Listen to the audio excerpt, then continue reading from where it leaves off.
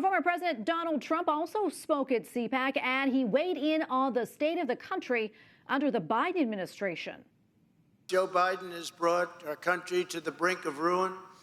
Right here in Texas, we are the epicenter of a border and migration crisis unlike anything anyone has ever seen before in the history of our country. The three-day conference normally serves as an audition for GOP presidential contenders. In the straw poll taken among attendees, former President Trump won over a field of a dozen candidates with 70% of the delegates' votes. And joining us now is Christopher Bedford, senior editor at the Federalist. Chris, welcome back. Great to see you as always.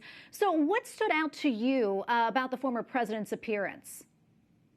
What stood out is more of a verification of what we've suspected, and it's hard to keep track of sometimes in Washington, D.C. and in the Northeast, is that President Trump, former President Trump, is still extremely, extremely popular in huge amounts of the country. Today I was down in Florida, and yesterday I was down in Florida, and recently I've been in a number of other states outside of the D.C. Beltway and outside of the Northeast, where it's extremely common to see Donald Trump flags still hanging from people's trucks or from their homes, Donald Trump signs still up. There's certainly a lot of devotion to him, and that showed where any straw poll that didn't have that had Donald Trump in it, he won absolutely handily. Now in Washington, D.C. and some of the other areas, some of the political types are more wary of former President Trump, and it's certainly a long road to go before the next Republican primary is decided. But right now, it's still his to lose if he decides to run. Yeah, I want to go back to that straw poll. Former President Trump won one, but there was also another one that Florida Governor Ron DeSantis came out on top. Talk to us about that. It's wild how popular he is in his home state and around the country. Ron DeSantis has largely become a symbol of conservative pushback to the Democratic regime right now, the Democratic government, both Congress and the executive. Out here in Washington, D.C., a lot of the Republicans are basically able to stall and slow down some of the Biden administration's agenda and sometimes make a stand here or there, but they can't really accomplish anything. So if you want to look at what conservative governance is and what Republicans are trying to accomplish, Florida is leading the country in a way that they've never really done before. Traditionally, Texas or some of the other states have been leaders in the GOP. But since the COVID lockdown, since the rise of Governor Ron DeSantis, by a thin margin of victory, his win was certainly not guaranteed without Trump's endorsement when he ran.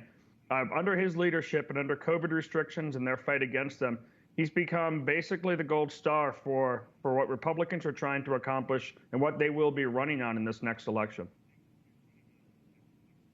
Oh, Chris, I want to talk about something else right now. I know that you've been monitoring hate crimes against Catholics.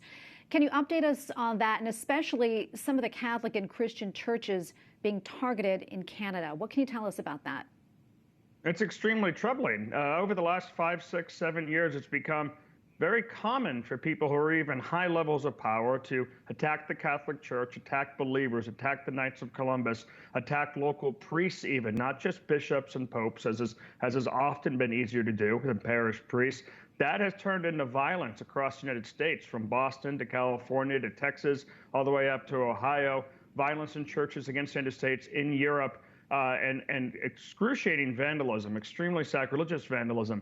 Now, going even beyond that, over the last few weeks, in a complete mass hysteria covered up and pushed over by smears from newspapers and politicians, there has been an organized and vicious terror campaign against Catholic churches and other Christian churches, especially those that are on indigenous lands and First Nations lands.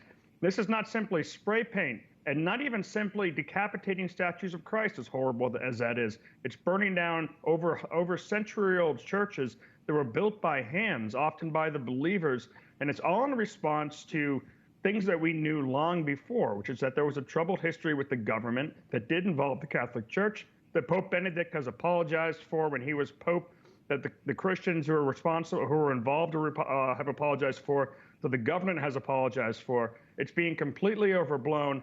And I've got an article coming out about it tomorrow morning at the Federalist, all on this subject, and how not only do we know about these crimes that people are being accused of, but most of them weren't even crimes. There were no children being murdered at these education centers in Canada. There was simply a lot of poverty and a lot of crowding, and just like in a lot of the world, there was a lot of disease. No, Chris, we'll definitely be looking for that article for sure. Anything else you're following? And in particular, I'd like to get your take on what is happening in Cuba right now with those protests. Well, it's certainly not what the State Department said yesterday when they said that this was just a response to rising COVID cases, which made almost no sense at all. And I'm glad to see the White House starting to come down against that, for the protests and stand with freedom here. The people in Cuba there waving American flags are going to face a huge onslaught, both from left-wing press and also especially from their repressive government. And the best thing that we can do for those people is to pray for them. Oh, Chris, thank you so much for your time. We'll always appreciate it. Christopher Bedford, senior editor at the Federalist. Thank you again. Thank you.